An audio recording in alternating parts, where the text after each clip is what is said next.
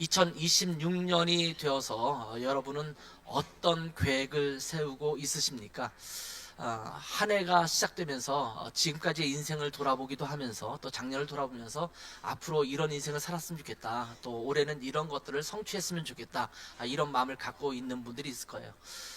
어떤 분은 학교에 입학하기를 원하는 분도 있고 편입을 하기를 원하는 우리 가족도 있고 또 몸이 건강하기를 원하는 마음이 있고 또 새로운 직장을 구하시는 분도 있고 또 올해 한 해는 내가 어떠한 것들을 좀 이루거나 습득하거나 또 그것을 즐기거나 그러려고 하는 계획을 갖고 있는 것이 있을 겁니다. 좀 더 확장한다면 우리의 인생 속에서 무엇을 이뤄내고 싶은가? 여러분 이런 질문을 하면 여러분 무엇이라고 답하겠습니까? 아직 젊으신 분들은 아직도 창창한 미래를 보면서 꿈이 많죠. 가능성이 많거든요. 연세가 드신 분들은 뭐 이 인생의 이제 끝바지에 다다왔는데 뭘 내가 이룰 것인가 이런 생각을 하게 될 수도 있겠지만 이제 그것이 마음이 늙는 거거든요. 내가 지금 이 나이에도 내가 뭐 70이 되고 80이 되었어도 내가 뭔가를 또 하겠다. 자녀를 위해서도 이렇게 할 것이고 또 우리 가족을 위해서도 이렇게 할 것이고 이런 마음을 가지고 시작하는 마음도 있을 것입니다. 아마 모든 사람들은 대부분 나의 인생을 보람 있게 살도록 하기 위해서 애쓰면서 살고 있을 것이라는 생각을 하지요. 물론 인생을 포기한 사람들도 없지 않아 있긴 합니다. 심지어 젊은 나이에 많이 유행어처럼 이야기되는 내용 중에 하나가 수포자라는 말 들어보셨어요? 수포자? 수학을 포기한 사람. 나는 수학 공부해도 안 돼. 난 수학 포기했어. 이런 친구들을 수포자라고 말하잖아요. 여기에 시작돼서 여러 가지 포자라는 말을 많이 써요. 포기한 사람이에요. 직포자. 나 직장 내 생에서는 더 이상 좋은 직장은 없는 것 같아. 직포자 또는 대포자. 대학을 안 가려고 하는 요즘은 이제 대학을 못 가는 사람은 거의 없는 것 같아요. 원하는 대학을 못 가서 그렇지 어디든지 대학을 가려고 마음만 먹으면 미달인 대학도 엄청 많기 때문에 대학을 갈 수 있지만 과거에는 대포자라는 말도 있었어요. 또는 결포자도 있죠. 결혼을 포기한 사람. 그래서 결포자 이런 말을 씁니다. 이번 생은 틀렸어. 이런 농담처럼 하는 이야기들이 많이 있지 않습니까? 그렇지만 대부분의 사람들은 뭔가를 이뤄보기 위해서 굉장히 애쓰며 살아가고 있습니다. 내 집 마련, 자기 집을 갖는 것을 목표로 삼는 사람도 있어요. 특정한 직업을 갖기 위해서 애쓰는입니다. 예를 들면 전문직을 주로 이야기할 때는 뭐 교수라든지 의사라든지 아니면 변호사라든지 이런 전문직에 종사하는 것을 내가 목표로 삼고 그런 직장에서 일하고 싶다. 아니면 대기업 부장으로서 서울에 살고 있는 그런 삶을 살고 싶다. 얼마 전에 드라마도 인기가 있지 않았습니까? 그런 것들을 꿈꾸는 사람도 있을지도 모르겠어요. 그런가 하면 요즘 MZ세대들에 있어서 어떻게 살면 좋겠냐, 인생을 어떻게 살면 좋겠냐라고 말하면 워라밸을 많이 얘기합니다. 워라밸. 워라밸이란 말 들어보셨죠? Work and Life. 워라예요. 일과 삶이에요. 그 다음에 밸런스. 일과 삶이 잘 밸런스를 맞추는 거예요. 이 워라밸이라는 말을 쓰다가 요즘은 워라하라는 말도 많이 써요. Work and Life Harmony. 일과 내 삶이 이제 조화를 잘 이루게 하는 그런 삶을 살고 싶다. 그래서 요즘은 직장에 매이지 않고 육땡이라고 그러죠. 육땡. 6시만 땡 치면 퇴근하는 사람들, 육땡이들도 생기기 시작하고 내가 휴가를 낼 수 있는 만큼 마음껏 내서 내 또 삶을 즐기기도 하고 취미생활도 하고 또 가정생활에 더 충실하기를 원하고 뭐 이렇게 살려고 하는 것이 요즘 MZ들의 라이프 스타일, 추구하는 라이프 스타일이에요. 그래서 요즘 젊은이들 만나면 워라밸을 추구해요. 뭐 집을 마련하고 아니면 그런 것보다는 내가 내 인생과 삶을 좀 가치 있게 즐기며 살고 싶다. 그래서 내 직업과 내 삶을 조화롭게 만드는 것이 인생의 목표인 것처럼 살아가는 사람들도 많습니다. 아무튼 모든 영역을 골고루 균형 잡게 잘 살아보고 싶다는 그 마음이 반영된 것이 워라벨 또는 워라하라는 유행어를 낳게 했습니다. 모든 인간은 나름대로 성공적인 삶을 살기를 원하는 그런 마음을 갖고 있습니다. 그런데 그런 성공을 위해서 다름질을 하다 보면 정작 내게 주어진 인생의 의미를 잃어버리는 경우도 많습니다. 내 집을 마련하기 위해서 또 대기업 부장 되고 서울에서 살고 뭐 이런 것들을 마련하기 위해서 또 내 자녀들을 잘 또 대학 공부시키고 그들이 직장을 잘 갖도록 하는 일에 최선을 다하고 헌신하고 이런 것들을 살다 보니까 한참 열심히 달리고 왔어요. 앞을 향해서 달리고 왔는데 중간쯤 되니까 뭔가 좀 잘못됐다. 내가 왜 이렇게 살았는가 이런 생각을 갖게 되는 경우도 있게 되죠. 자, 그런 의미에서 2026년을 새해를 시작하면서 창세기 11장에 나오는 바벨탑 사건을 묵상하게 된 것도 시의적절한 것이 아닌가라는 생각을 하게 됩니다. 이 바벨탑 사건은요, 교회를 다니지 않으시는 분들도 종종 들어서 알고 있는 그런 내용입니다. 바벨탑라고 말하면 누구나 뭔가 자세한 거는 알지 못하더라도 뭔가 있다라는 것을 알게 되는 경우가 많죠. 이 바벨탑 사건 이후에 민족들과 언어들이 나뉘어지기 시작했습니다. 이 바벨탑 사건은 참 나쁜 사건이에요. 지금 외국 가서 우리가 좀 의사소통하려면 너무나 어렵지 않습니까? 이 바벨탑 때문에 그런 거거든요. 아마 그렇지 않았으면 지금도 같은 언어를 가지고 서로 알아들으면서 그렇게 생활했을 텐데, 이 바벨탑 사건 이후에 족속들도 나눠지고 민족도 나눠지고 언어들도 나뉘어지는 그런 상황이 벌어지게 됐습니다. 자, 1절 말씀을 보면 바벨탑 사건 전에는 모든 사람들이 사용하는 언어와 말이 하나였다. 그래서 의사소통하는데 어려움이 없었다. 이렇게 기록합니다. 얼마나 좋은 세상입니까? 말이 다 통하는 세상이 되었습니다. 어쩌면 그런 세상을 향해서 또 가고 있는지도 몰라요. 왜냐하면 요즘은 AI 시대 아닙니까? 요즘은 저절로 통역과 번역해주는 앱들, 그런 기술들이 많이 발전되기 시작했어요. 그래서 이제는 점점 이것이 발전되면 내 귀에 뭐만 하나 꽂고 있으면 내가 말하는 것이 실시간으로 상대방과 언어가 다른 언어를 사용하는 사람들과도 의사소통하는데 전혀 어려움을 겪지 않는 그런 시대가 될 것이라는 생각이 듭니다. 그런데 말이 통하고 의사소통이 어렵지 않으니까 마음을 모으기가 참 쉬웠겠죠. 우리가 의사소통이 안 돼서 서로 말이 안 통하는 경우 많잖아요. 제가 프랑스 여행을 다녔을 때는 이 파리에 가서 이렇게 지하철 타고 이렇게 다니는데 도대체 저는 프랑스 말을 모르고 결국 의사소통하는 것은 영어로 해야 되는데 이 젊은이들인데도 불구하고 이 영어가 안 통해요. 말하면 프랑스 말로 대답해주고 그럼 우리는 프랑스 말 모르니까 멍하니 쳐다보고 있고 이러니까 사실은 뭐 이렇게 뭔가 인포메이션, 이 정보를 얻고 싶어도 사실은 얻지 못하는 경우도 있거든요. 제가 처음 독일에 갔을 때 우리 아이들이 학교를 다니기 시작하니까, 초등학교를 다니기 시작하니까 선생님들과 잠깐 만나서 이야기해야 되는 경우도 있었어요. 그런데 그때도 저는 독일어는 잘 알지 못하고 또 제가 뭐 짧은 영어라도 영어로 얘기하는데 이 간단한 영어도 이분들이 못 알아듣는 거예요, 선생님들이. 그리고 그분들은 혹시 원하면 러시아어로 할 수 있대요. 러시아어는 저희가 모르는데 동독 지역에 왔었기 때문에 이 선생님, 나이 드신 선생님들이 러시아어를 배우셨더라고요. 러시아어는 내가 모른다. 그러니까 이게 말이 안 통하는 거예요. 그분은 열심히 독일어로 얘기하고 저는 영어로 얘기하고 이게 말이 안 통하니까 뭔가 하나를 의견을 만들어서 도출해내는 것이 너무나 어렵다라는 생각이 들었어요. 그래서 언어를 잘하는 것이 굉장히 중요하구나 이런 생각을 했었거든요.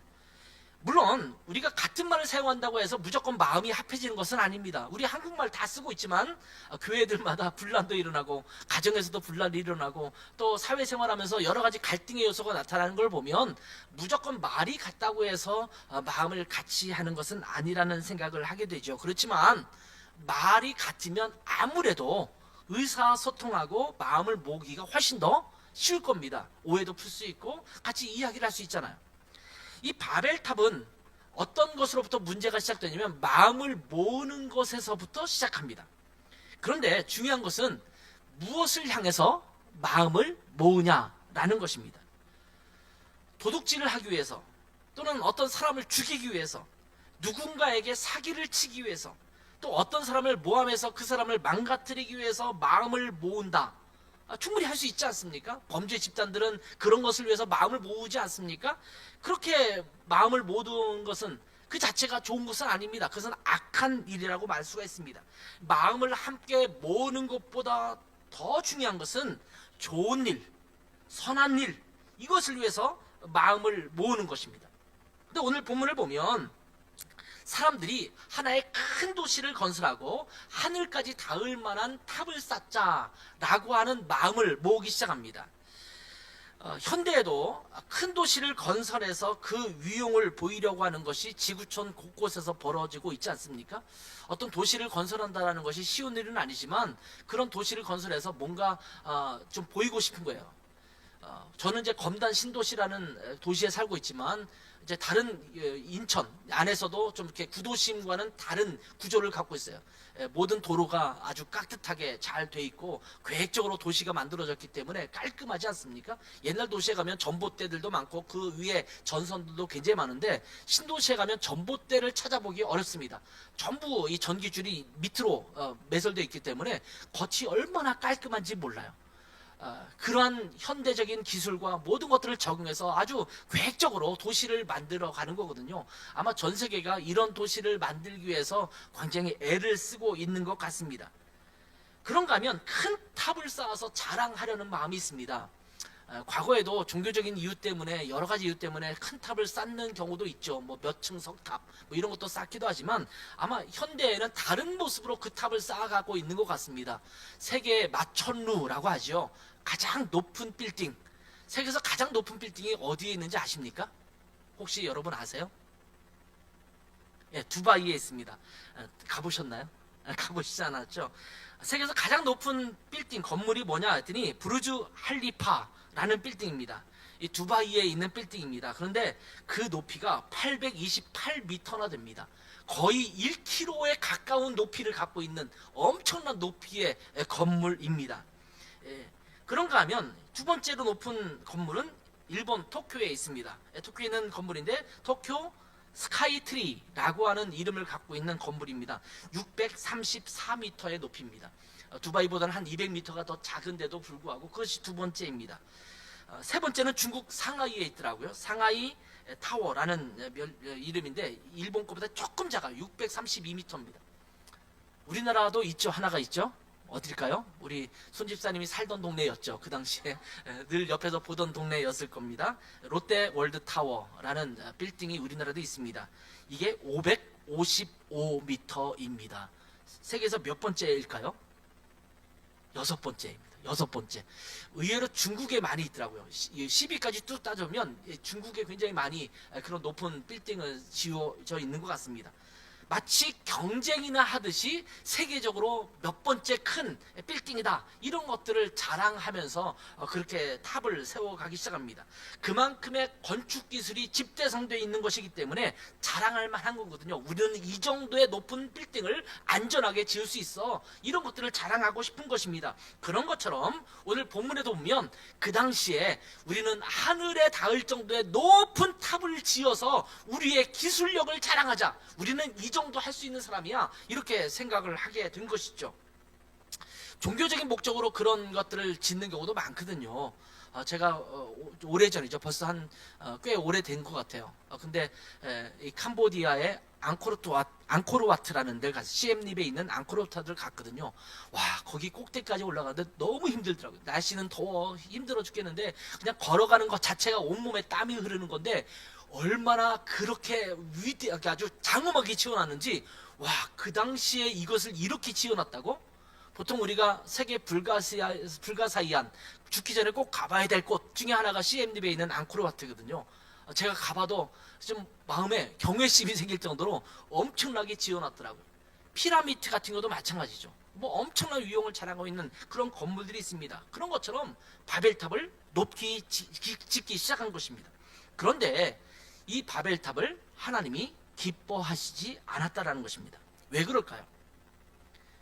그냥 단순하게 높은 빌딩을 지었다 이런 의미가 아니라 이 바벨탑은 인간의 교만을 극대화시킨 인간 교만의 극치를 이루는 것이기 때문에 하나님께서 기쁘게 생각하지 않았다라는 것입니다. 같은 언어를 사용하면서 마음을 모으고 힘을 합쳐 뭔가를 이루기 쉬운 그런 환경일 때 우리가 마음을 모아서 하나님을 향했다면 얼마나 좋을까요? 심지어 우리 교회 공동체가 있더라도 교회 공동체 안에서 마음을 모은다면 무엇을 위해서 마음을 모을 수 있을까요? 우리가 어떻게 하면 예배를 더 하나님 앞에 기쁜 마음으로 또 하나님 앞에 영광을 돌리는 그런 예배로 드릴 수 있을 것인가? 어떻게 하면 한 영혼이 주님께 돌아오도록 우리가 전도할 수 있을 것인가? 어떻게 하면 하나님께서 기쁘시게 하는 삶을 우리가 일상의 삶 속에서 살아갈 것인가? 하나님께서 기뻐하시는 가정을 만들어갈 것인가? 이런 것들을 고민하면 얼마나 좋을까요? 그래서 우리가 질문을 이렇게 해볼 수 있죠. 하나님을 위해서 마음을 모을 것인가? 아니면 인간 자신을 위해서 마음을 모을 것인가? 내 욕심, 내 생각, 내가 추구하는 것, 이것을 이루기 위해서 마음을 모을 것인가? 아니면 하나님의 영광을 위해서 우리가 마음을 모으실 것인가? 한번 생각해 보라는 거예요. 여러분의 인생의 계획들, 아까 제가 서두에 말씀을 드렸지만 그 인생의 계획들, 오래 이루고 싶은 그런 목적들, 이런 것들을 생각하면서 이것이 나 자신을, 내 인간의 목적과 내 욕심을 채우기 위한 것인가? 하나님을 위해서 이것을 하고 있는가를 생각해 볼 필요가 있다는 것입니다. 마음을 같이 해서 하나님께 예배하고 제사하기 위해서 제단을 만들었다면 얼마나 기뻤을까요? 하나님께서 마음을 같이 해서 기뻐하시는 일이 무엇인지, 또 의논해서 하나님을 기쁘시게 하는 일, 그런 일을 함께 해나갔다면 얼마나 좋았을까요? 그런데 이들은 마음을 같이 하여 자기의 업적을 쌓고 자기 자신의 이름을 드러내는 데 사용했다라는 것입니다. 자, 오늘 2절에 보면 사람들이 동방으로 옮겨갔어요. 동방으로 옮겨가다가 신할 평지를 만났습니다. 그곳에서 일이 벌어지거든요. 동방으로 옮겨갔다는 소리는 뭐냐면 에덴 동산을 중심으로 해서 동쪽으로 갔다는 것입니다. 에덴 동산의 동쪽. 에덴 동산은 의미적으로 보면, 상징적으로 본다면 하나님이 거하시는 곳입니다. 하나님의 영광이 있는 곳입니다. 그런데 이곳을 떠나서 동쪽으로 멀어져 갔다라는 의미입니다. 하나님 앞에, 하나님 가까이에 있기보다는 하나님으로부터 점점 멀어진 것을 의미하는 것입니다. 그래서 하나님을 떠나 점차 자기들의 생각에 따라 행하기 시작했다, 이런 표현으로도 볼 수 있는 것이거든요. 자, 그러면서 이어지는 3절 4절을 함께 볼까요? 같이 한번 읽어보겠습니다. 시작. 서로 말하되 자 벽돌을 만들어 견고히 굽자 하고, 이에 벽돌을 돌로 대신하여 역청으로 진흙을 대신하고, 또 말하되 자 성읍과 탑을 건설하여 그 탑 꼭대기를 하늘에 닿게 하여 우리 이름을 내고 온 지면에 흩어짐을 면하자 하였더니, 자, 바벨탑을 짓게 된 목적에 대해서 말씀해 주고 있습니다.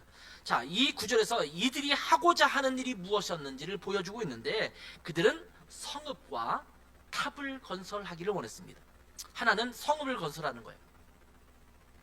그리고 높은 탑을 건설하려고 했던 것입니다.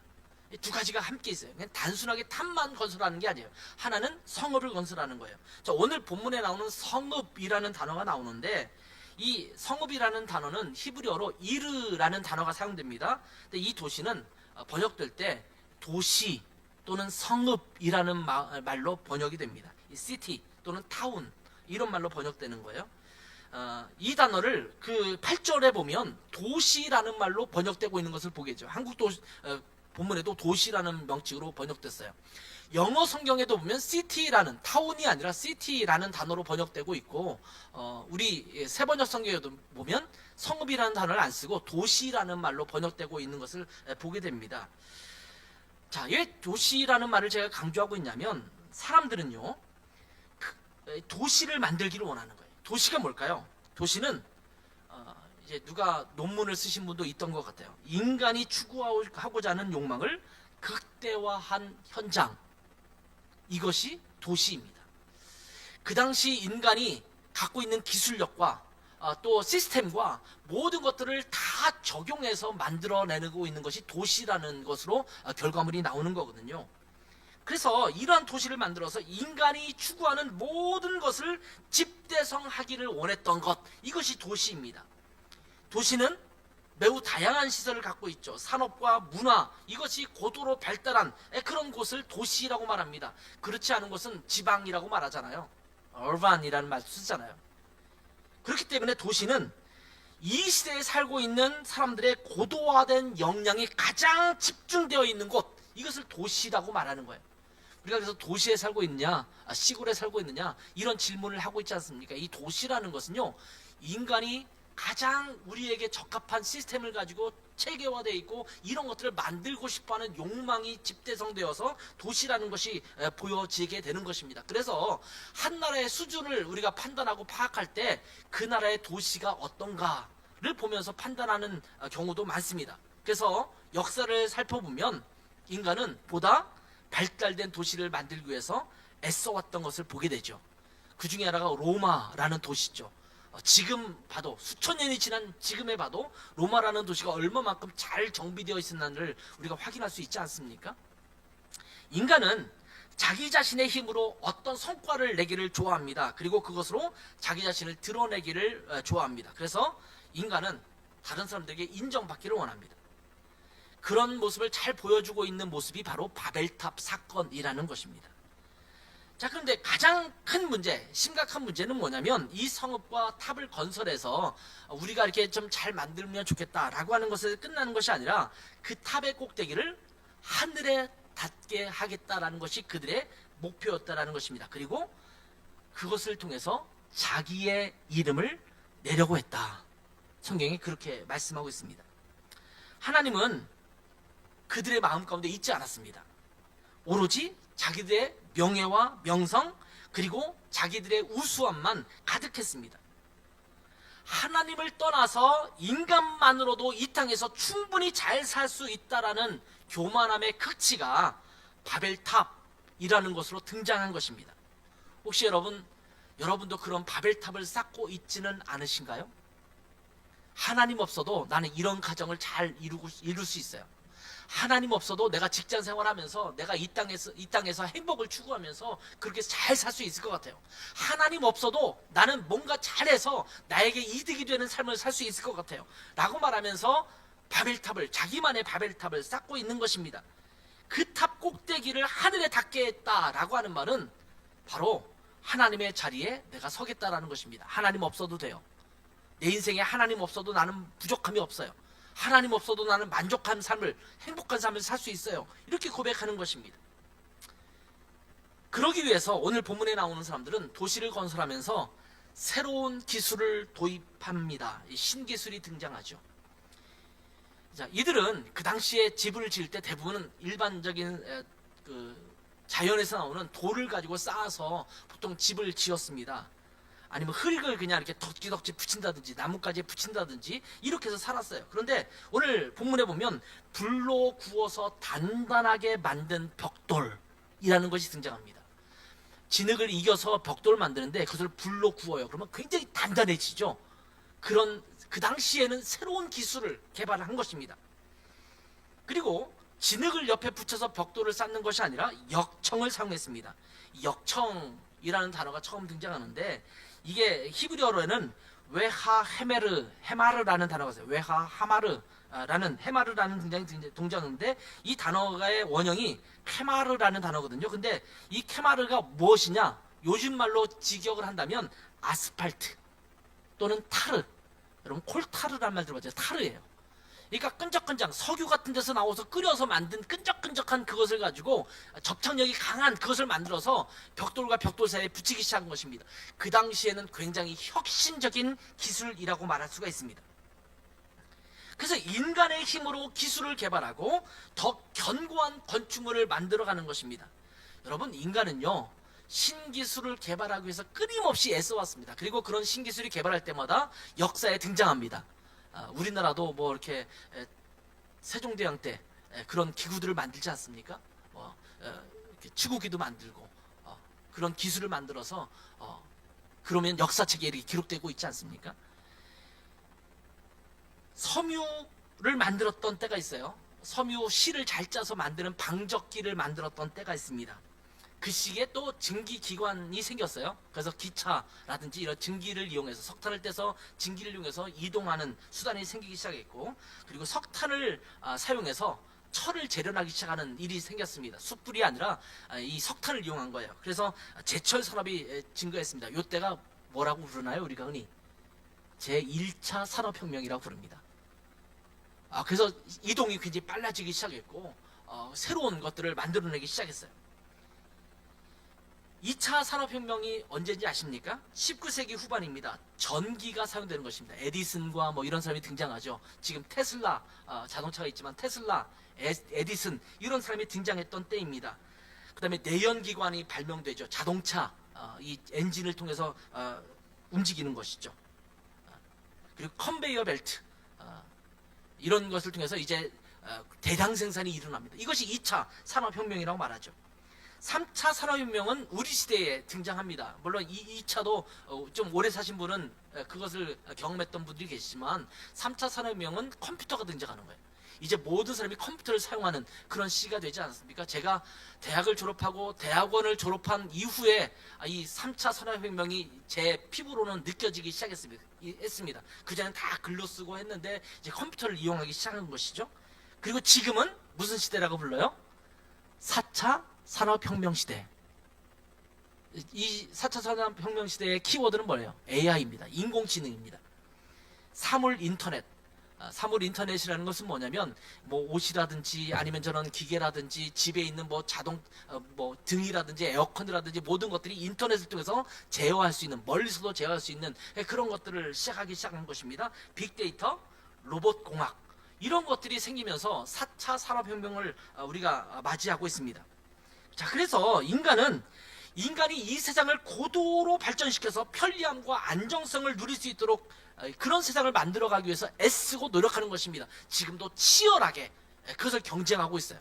중국과 한국과 일본, 그 다음에 뭐 미국, 그리고 인도 뭐 이런 나라들은 지금 그 앞에 서서 치열하게 서로 경쟁하고 있는 그런 시대를 맞이하고 있습니다.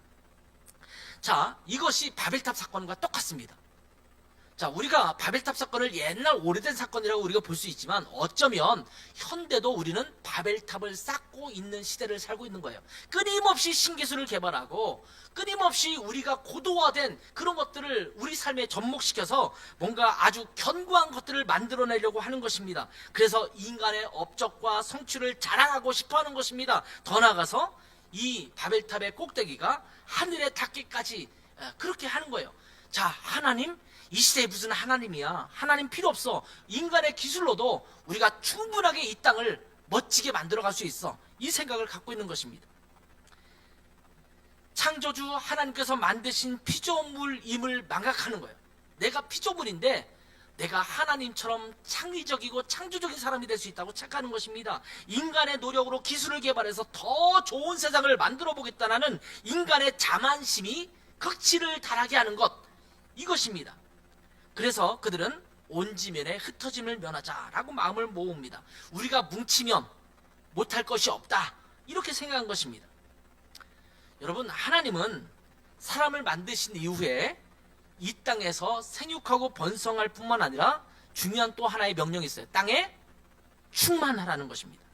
자, 창세기 1장 28절을 보세요. 처음 인간을 만드시고 뭐라고 말씀하십니까? 그들에게 복을 주시면서 생육하고 번성하여 땅에 충만하라. 이 땅에 충만하라. 땅을 정복하라. 이런 말은 뭐냐면 온 땅에 흩어지라는 것입니다. 온 땅 가득히 인간이 살아가도록 하라는 것입니다. 이 세상을 하나님이 물로 심판하시고 노아의 홍수 이후에 살아남은 노아와 그 가족들에게 주셨던 말씀도 똑같은 말씀입니다. 여러분, 창세기 9장 1절을 보세요. 하나님이 노아와 그 아들들에게 복을 주시면서 그들에게 이르시되 생육하고 번성하여 땅에 충만하라. 똑같은 말씀 아시죠? 7절에 가면 너희는 생육하고 번성하며 땅에 가득하여 그 중에서 번성하라. 하나님은 무엇을 명령하십니까? 땅에 충만하라. 땅에 가득하라. 모여있지 말고 흩어지라는 거예요. 흩어져서 온 땅을 관리하라는 거예요.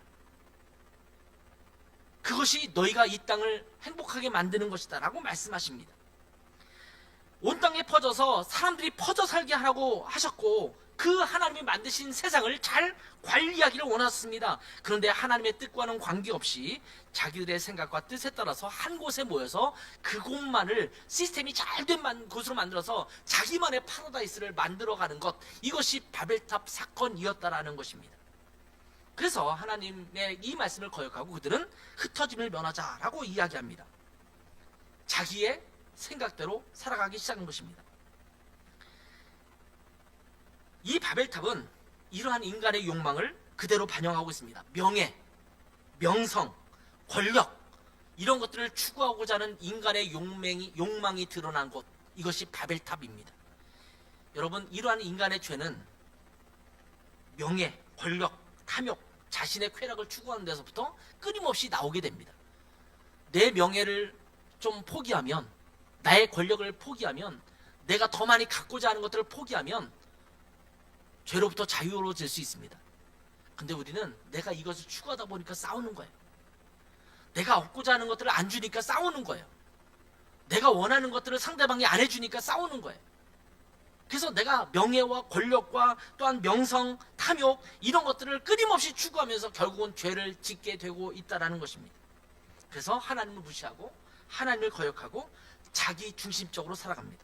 하나님이 아니라 인간이 중심된 그러한 삶을 추구하면서 살아가는 것입니다. 그래서 하나님은 없어요. 누구만 있냐면 나만 있어요. 인간만 있어요. 인간이 유익하면 되는 거예요. 그러니까 이런 사람들에게 하나님을 위해서 너의 인생을 드려 라고 말하면, 왜? 내 삶이 중요한데 왜 하나님을 위해서 드리라고 그래? 이런 억지가 어디 있어? 이렇게 이야기하죠. 너가 추구하는 것이 아니라 하나님이 원하시는 것을 향해서 너의 인생을 드려 라고 말하면 반발하죠. 왜? 무익한 종 이야기를 하면 네가 열심히 일하고 왔어도 나는 거기서 누리려고 하는 것이 아니라 내가 거기서 그럼에도 불구하고 다시 섬기는 사람으로 살겠다라고 하면 그 노동착취 아니야? 이렇게 말하지 않습니까? 하나님은 우리에게 뭐라고 말씀하시냐면 너희는 그럼에도 불구하고 무익한 종처럼 그렇게 섬기는 것이 필요해, 이렇게 말씀하잖아요. 그러면 또 반발하죠. 우리 인간이 기계야? 이렇게 말하면서 반발하는 거예요. 인간이 중심되는 삶, 하나님이 아니라 내가 이득을 받고 내가 더 기뻐하고 내가 즐거움을 누리려고 하는 것이 더 우선순위가 된 그런 삶, 이것이 죄된 삶의 모습이라는 것입니다. 근데 문제는 이러한 인간의 탐욕과 죄악은 그칠 줄 모른다라는 것입니다. 아담과 하와가 하나님의 말씀을 거역하고 선악을 알게 하는 나무의 실과를 따먹을 때, 그 선악을 알게 하는 나무의 실과를 봤을 때, 열매를 봤을 때 성경은 뭐라고 기록하고 있습니까? 하와가 그걸 딱 보니까 어떻게 돼 있어요? 먹음직도 하고 보함직도 하고 지혜롭게 할 만큼 탄스럽기도 했다, 이렇게 말씀하고 있지 않습니까? 그러니까 그가 보기에 먹음직한 거예요. 그가 보기에 탐스러운 거예요. 그가 보기에는 멋지게 보이는 거예요. 하나님의 말씀보다는 나의 욕구를 충족시키는 것에 더 집중되어 있는 거예요. 아마 하나님께서 먹지 말라는 것을 머릿속에 떠올렸고 그것이 우선순위였다면 그렇게 보이지 않았을 거예요. 근데 사탄의 미혹에 떨어져 나간 것입니다. 사탄은 심지어 이 하와에게 뭐라고 말씀하시냐면, 말하냐면 이 열매를 따먹으면 너는 하나님과 같이 된다, 이렇게 말하고 있어요. 하나님처럼 난 자유롭게 하나님께 매이지 않는 그 삶을 살 수 있다라고 이야기하는 것입니다. 그래서 인간의 욕망을 자극해서 하나님을 떠나게 만드는 것입니다. 하나님 없이 자기 멋대로 살아가는 삶을 이야기하는 것입니다. 자, 오늘 본문을 보면 하나님께서 이 바벨탑 쌓는 것을 보시고 내려와서 말씀하시는 내용이 6절에 나옵니다. 함께 같이 읽어보겠습니다. 시작. 여호와께서 이르시되 이 무리가 한 족속이요 언어도 하나이므로 이같이 시작하였으니 이후로는 그 하고자 하는 일을 막을 수 없으리로다. 자, 이들이 하나님을 거역하고 자기의 명성과 명예, 권력, 탐욕을 추구하는데 마음을 같이 하기 시작하면 그 죄악이 너무나 끝이 없어서 그것을 걷잡을 수 없을 정도로 그 죄악이 많아질 것이라고 하나님이 걱정하시고 있는 것입니다. 인간의 자만이 한없이 커져서 하나님의 자리에 오르려고 하는 욕망, 그 죄악의 끝을 막을 수 없을 정도일 것이다, 이렇게 주님이 보신 것입니다. 여러분, 인간은 선한 존재일까요? 어떻게 보시면 아냐면, 여러분이 혼자 있을 때의 모습이 여러분의 진짜 모습이라는 말을 많이 하잖아요. 남이 보는 것이 아니라 나 혼자 있을 때, 나 혼자 있을 때 나는 무슨 생각을 하는가, 나 혼자 있을 때 나는 어떻게 말하는가, 나 혼자 있을 때 내가 어떤 행동을 하면서 살고 있는가, 이것이 나의 진짜 모습이거든요. 다른 사람 앞에서는 내가 치장할 수 있어요. 상냥하게 보일 수 있고 또 친절하게 할 수도 있고 나를 정갈하게 보일 수도 있어요. 근데 나 혼자만 있을 때는 온갖 악한 생각이 내 머릿속에 떠오르기도 하고 다른 사람에게서 원망하고 불평하는 그 마음의 그 시기심과 질투심과 교만함과 또 그 사람들을 향한 비방, 이런 것들이 내 마음에서 싹트기도 하지 않습니까? 자, 인간이 자기의 본능으로만 산다고 합시다. 그러면 이 세상이 어떻게 될까요? 아마 이 사회는 질서가 무너지고 엉망진창이 되고 말 것입니다. 자기 마음대로, 자기 멋대로, 자기가 원하는 대로, 자기의 본능에 이끌려서 막 살아간다면 아마 이 세상은 아마 암흑천지가 될 거고 말 것이에요. 무슨 소리냐면 우리 인간은 악한 존재라는 거예요. 나를 다듬지 않고 가만히 내버려두면 내가 거룩해질 것 같은데 그렇지 않아요. 우리는 망가져요. 우리의 쾌락을 열심히 쫓아 살게 돼요. 사람들이 이런 말을 하기도 하잖아요. 당신의 마음이 시키는 대로 하십시오. 굉장히 멋진 말처럼 들려요. 내 마음이 시키는 대로 해. 근데 여러분, 내 마음이 시키는 것이 선하지가 않아요. 내 욕심과 내 자만과 내 탐욕으로 가득 차 있어요. 여러분, 운전할 때 한쪽 차선이, 저 끝쪽 차선이 길게 밀려 있어요. 근데 내 저쪽 가서 얘 밖으로 나가는 길로 빠져나가야 되는데 이 길게 늘어서 있으면 우리 마음속에 갖는 욕망이 뭘까요? 조금 더 달려서 중간쯤에 적당히 끼어들고 싶어하는 마음이 우리의 마음이잖아요. 안 그러신가요? 저는 그런 마음이 들어요. 좀 더 일찍 가다가 좀 껴들고 싶은 마음이 자꾸 들어요. 예배 끝나고 집에 가는데 저희 집 쪽으로 가려면 여기 호수공원 들어가는 주차장 입구들이 쭉 있어요. 근데 그쪽 끝 차선이 막혀 있는 거예요. 계속. 그럼 거기서만 몇 번의 신호를 대기해야 되고 그러니까 어떤 마음이 드냐면 1, 2, 3, 4차 4차로가 막혀 있으면 3차로로 쭉 가다가 저 끝에 가서 이렇게 껴들면 집에 좀 빨리 갈 수 있을 것 같거든요. 예배 끝나자마자 저는 그런 마음과 싸워요. 내 욕심은 중간에 빨리 가서 껴드는 거예요. 우리나라가 과거에는 많이 그랬잖아요. 지금은 굉장히 좋아졌어요. 뒷부터 전부 기다려서 가잖아요. 그러니까 내 마음을 다스려서 다른 사람도 다 똑같이 그 길로 가려고 하는데 나 혼자만 껴들면 안 되지. 인간의 욕망을 따라 살면 늘 새치기를 하게 돼 있거든요. 아직도 이탈리아 같은 나라 가면 그렇거든요. 꼬리 물기 엄청나고 막 깜빡이 안 틀고 들어오고 이탈리아 차들이 좀 심각한 그런 모습을 지니고 있어요. 자기의 마음, 내 마음이 시키는 대로 행하면 뭐 컨닝도 할 수 있고 마음에 안 들면 쥐어 팰 수도 있고 마음에 안 들면 막말을 하면서 상대방에게 욕할 수도 있고 이것이 내 심령 아니에요. 근데 참는 거잖아요. 양심에 따라 참고 질서 때문에 참고 법 때문에 참고 이러면서 살고 있는 것이 우리의 모습 아닙니까? 직장 가서 상사가 마음에 안 들면 여러분 어떻게 하고 싶어요? 가서 막 한마디 해두고 집어 던지고 싶잖아요. 근데 머릿속으로만 상상으로만 그리고 그 앞에서는 그냥 좀 얌전히 있지 않습니까? 우리의 멋대로 생각한다면 우리의 마음대로 한다면 이 세상은 좋은 세상이 되지 않습니다. 인간은 끊임없이 자기의 욕망을 채우기 위해서 죄악 가운데 살아갑니다. 그래서 여러분, 여러분의 마음이 시키는 대로 살면 안 돼요. 주님께서 내게 말씀하시는 대로 살아야 돼요. 주님 마음이 시키는 것을 한다면 주님께서 주시는 마음에 따라 행해야 돼요. 성령이 내게 주시는 마음에 따라서 행해야 돼요.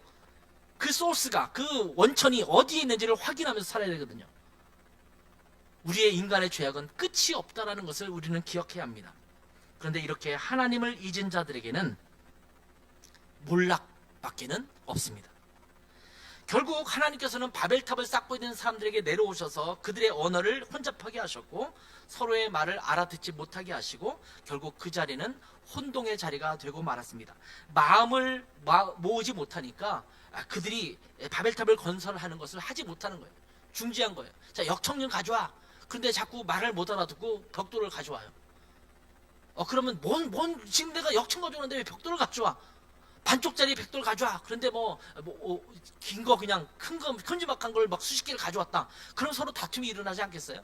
그러면서 서로 일이 되지 않게 되고 있는 것입니다. 그래서 결국 사람들은 뿔뿔이 흩어져서 온 지면에 흩어지게 되었습니다. 여러분, 하나님을 잊은 존재는 몰락밖에 없음을 기억해야 합니다. 하나님을 떠나 살아가는 사람들에게는 좌절과 절망밖에 없습니다. 처음에는 잘 되는 것처럼 보이지만 거대한 그 바벨탑을, 그 성읍을 건설하고 있는 것처럼 보이지만 결국은 멸망하게 된다는 사실을 바벨탑 사건을 통해서 우리에게 보여주시고 있는 것입니다. 그래서 건축하다가 말괴된 그 성읍 이름을 바벨이라고 이름을 짓습니다. 바벨의 뜻이 뭡니까? 혼동, 혼란이라는 뜻입니다. 바벨탑 사건은 하나님을 그 마음에 두지 않고 인간들이 힘을 합해서 뭔가를 이뤄내려고 하는 자만은 어떤 결과를 낳고 있는지를 우리에게 보여주고 있습니다. 여러분, 인간은 발전의 발전을 거듭해 왔습니다. 근대사를 보면 인간은 끊임없이 산업혁명을 반복해 오면서 발전해 왔어요. 뭐 그전에도 구석기 시대, 신석기 시대, 철기 시대 이러면서 발전되어 있지 않습니까? 자, 이제는 4차 산업혁명 시대가 되었습니다. 인공지능 기술이 점차 고도로 발달되고 있습니다. 그러다 보니까 인공지능 시대에 우리에게 나타나는 현상은 뭐냐면 하나님을 자꾸 잊어버리는 거예요. 목사들도 어떤 유혹을 받냐면, 우리 젊은 목사님들 만나서 얘기하다 보면 인공지능에 내가 본문을 주고 설교를 좀 한번 만들어봐. 그러면 설교 본문이 쫙 나온다라는 거예요. 그런 유혹에 빠져요.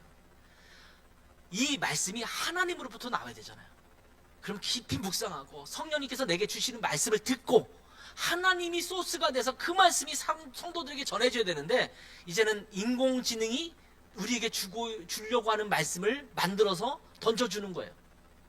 뭐 지금이야 그렇다 치더라도 점점 이게 뭐가 됐습니까? 결국은 인공지능이 우리에게 말씀을 선포하는 거예요. 그런 시대가 오기도 한다는 거죠. 심지어 목회에서도 그런 일이 벌어진다고 한다면 아마 이 시대에 점점 내 생각과 내 마음이 아니라 그것을 인공지능에 반영시켜서 그것을 통해서 결과를 도출해내는 거예요. 그래서 하나님을 자꾸 잊어버려요. 하나님과 관계하지 않아요. 하나님을 만나지 않아요. 만나지 않아도 인공지능으로 다 가능해지니까.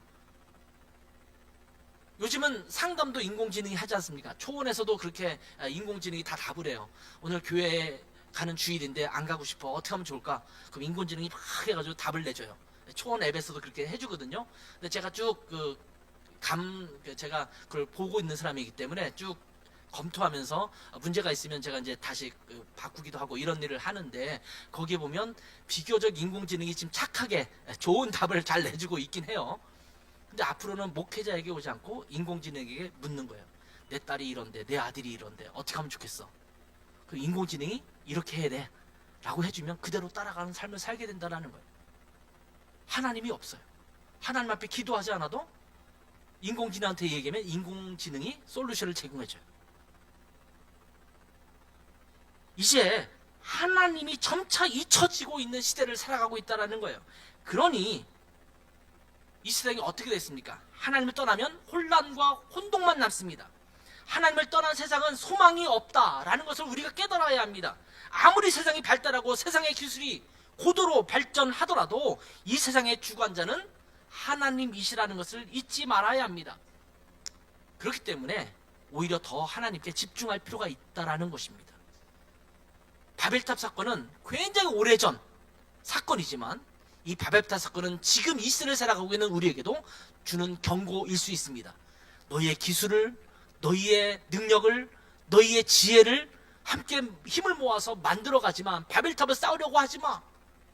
그것은 몰락의 길로 가는 수밖에 없어. 아니야, 나를 기억해. 내가 너에게 주었던 말씀을 기억해. 그 말씀대로 살아가는 자가 되도록 해. 이것을 우리에게 보여주고 있는 것입니다.